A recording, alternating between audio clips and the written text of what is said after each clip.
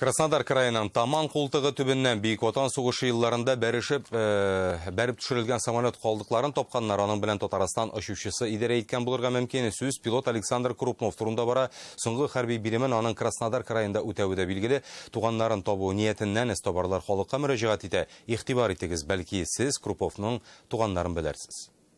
В июле 2019 года в этом месте в 150 метрах от берега обнаружен советский истребитель ЛАГ-3. Таман сүзе тәржемеде сазлық деген аңлата Бейік Ватан сугышында береде қан кыйгыч бәрелешләр баруы мәгълүм. Су астында әле дә дәһшәтле елларның телсез шаһитләре ята. ЛАГ-3 самолеты шундыйлардан аны фашистлар 1943 елда бәреп төшергән. Предположительно, Әлгі ұшқыш білен 979-шы хыжым полкы лейтенанты Александр Леонидович Крупнов идар еткенде фаразлыбыз. Оның тумышы білен Қозаннан болуын ашықладық. Он у нас в книге памяти числился уже погибшим 25 февраля 43-го. Правда, не было точно указано место. Александр Крупнов деген солдатны 1918 елда Қозанда тууы раслана. 20 яшьтә хезмәткә алынган. Батырлыгы өчен Кызыл Йолдыз һәм Кызыл Байрак орденына лайык. Соңгы һөҗүмгә 1943 елның 25 февралендә чыгып китә һәм әйләнеп кайтмый. Совпадает информация. Мәгълүмат 100% туры килә. Эзләүчеләр нәкъ Александр Крупновның самолетын тапкан булырга тиеш.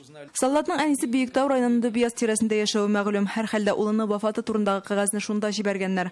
Башка мәгълүмат юк, әмма Александрның Кырымда да элемтәсе булырга мөмкин. Татарстандагы военкоматта исәптә торса да ул Кырымнан чакырыла. Александр Крупнов турында нәрсәдә булса белүчләрне экранда күрсәтелгән номер буенча шалтыратуларын сорыйлар. Александр Крупнов идарә иткән самолет әлегә су төбендә, пилотның кабинасы асты өскә килү сәбәпле әлегә аның мәетен тапмаганнар. Әмма тапкач юк, җирләр өчен Татарстанга җибәрәчәкләр.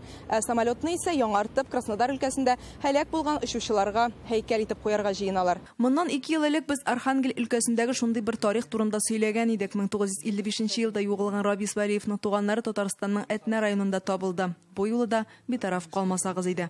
Рамзилә Гафиятуллина, Илшат Мөхәммәтов, Александр Лобанов, Яңа Гасыр каналы.